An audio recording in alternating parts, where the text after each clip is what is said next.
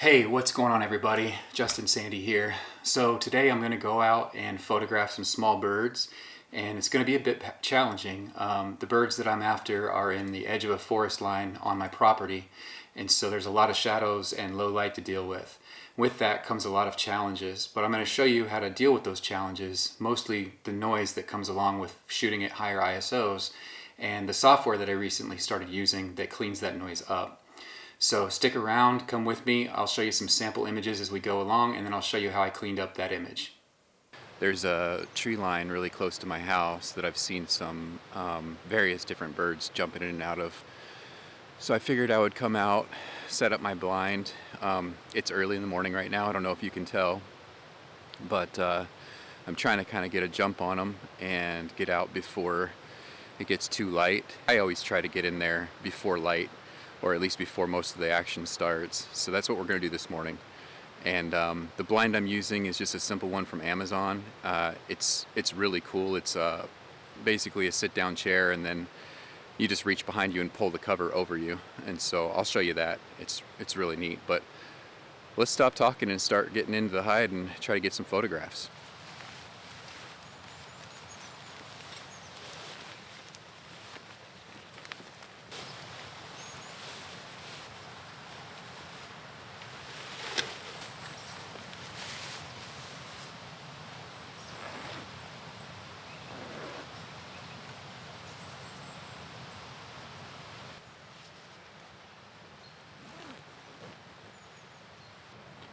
Okay guys, it's still really dark outside. It doesn't really look like it right now. One of the nice things about this blind is that I can have these portholes open. There's 4 of them, and it helps bring in light. Obviously if you're shooting, you only open one at a time so you don't backlight yourself. And I will shut them down before I start shooting, but I just need to wait till things get a little bit better condition-wise. So I figured I'd take the opportunity to kind of discuss what I'm going to be doing and how I'm going to be shooting today. One of the things that's really important with these small birds is they're just so fast. You got to kind of anticipate where they're going to be. If you try to chase them around, it's chasing your tail. You're going to have no luck at all. So what I find is best is to spend about a half hour, which I'm going to do right now, just watching their behavior. And whenever they're close to a food source, they're usually going to land on a branch that's nearby it. And I'm guessing what they're doing is it's kind of a safety thing for them, is they land, they look around, if it's safe, then they go into their food source. So in this case, that's what I'm going to do, and I'm going to try to pick out 2 or 3 branches that they're going to all the time, and then I'm going to pre-focus on those branches. And one of the things that you got to watch out for when you do that is that if the branch isn't completely perpendicular to your position, you're going to have a really shallow depth of field depending on what f-stop you're shooting at. I'm at 5.6 with my 600mm lens, so that's pretty thin depth of field. I'm also using a teleconverter, which makes it even worse. So I'm going to actually stop down to f8. That gives some challenges, especially in low light like this. So because I'm at f8, I'm going to have extremely high ISO, and that's all the more important to make sure that you wait until the light conditions come up. Right now, just filming, this is shooting at 25,600 ISO just to film this. So it kind of gives you an idea of how high your ISO really can go.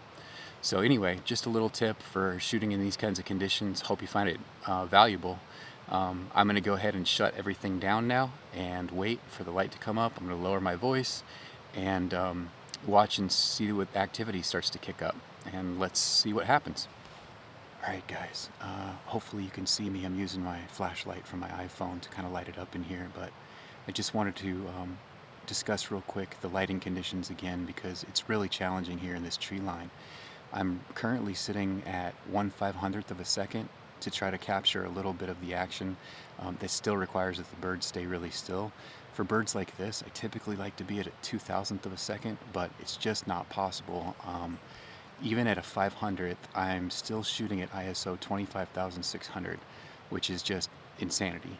So hopefully the light comes up a little bit more, the conditions improve, and I can bring that down a little bit. But I did take a test shot, and I just want to show you what that looks like at that ISO and why it's so important to wait for good lighting conditions. So here's the test shot. You can see that it's extremely noisy. I don't even have the right exposure because I'm capped out on my ISO. So yeah, it's important to definitely have good light. Today is supposed to be overcast, so I think regardless of how long I wait, it's not going to get great, but hopefully it gets better than what it is right now. So we'll see.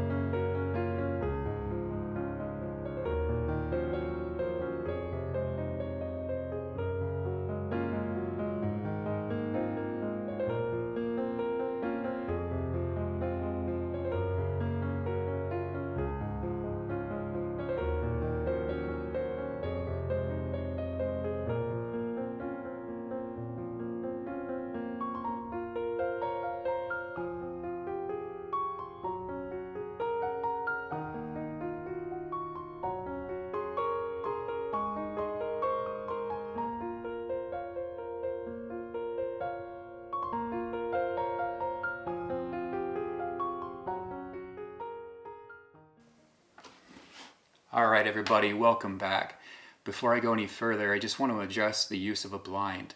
I chose to use one today because I wanted to get closer to the birds than I could if I was just standing out in the open. These birds are not very skittish, they're pretty used to people, but using a blind did let me get a little bit closer. The reason that's important is that I don't want to have to crop too much in the post, primarily because I know that I'm going to be dealing with a lot of noise in these images.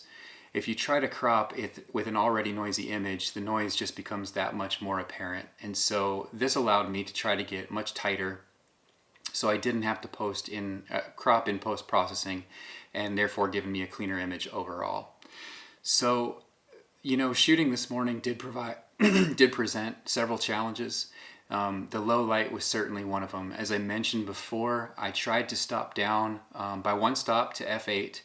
I was shooting with my 600mm f4 with a teleconverter, so I was at f5.6, stopped it down to f8, and tried to get a little bit more depth of field.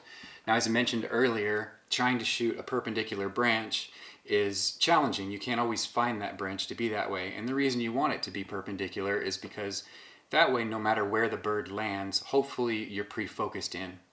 Now, I wasn't able to get that perfect in this case, so I actually had pre-focused basically, and then when the bird came into the frame, I would recompose, snap focus really quick, and then go ahead and fire off those images.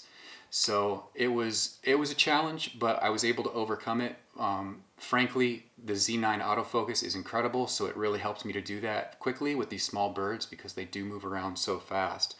Now, with these other challenges, I still ended up with a lot of noise. There's just no other way to get around it. When you shoot that high ISO, no matter what camera you have these days, you're still going to have noise to deal with. So I was looking online. I'd heard about this program. It's a program from a company called Topaz. You've probably heard of it. It's called Noise AI. And right now it's actually on sale. This is not a plug for them. I'm not sponsored in any way, but I got it on sale for Black Friday. And I believe it's $20 cheaper. So if you're interested, I highly recommend it, and I'm going to show you why. I have an image here, and this image was actually cropped pretty tightly, so I already was dealing with some ISO or with some noise issues. And when I cropped in, those noise issues were even more apparent. So I decided I'm gonna give this program a try. I downloaded it, I threw this image in it, and I'm not kidding, with the default settings, it spit this image back out, and I was happy with it. I did not have to adjust it any further. It was incredible. I put it back into Lightroom from there. I did a little bit more post-process sharpening, and that's it. The image was done. I can't say enough about this program. It is really, really that good. So if you're interested, go ahead and check it out. Like I said, right now it's on sale. It'd be a really good time to do that. So anyway, I hope you enjoyed this little trip out into my backyard. I know it wasn't something going into the deep forest or anything like that, but you know, shooting small birds like this is really, really good practice, and it's just a lot of fun. It really helps you keep in touch with what's going on, and I like it because I get to watch the seasons go by. These birds come and go, and based on the time of the season, depends on what birds you'll see, and it really helps me to feel like I'm staying in touch with nature. So hopefully you enjoyed this, and I hope that I see you again next time. Until then, bye for now.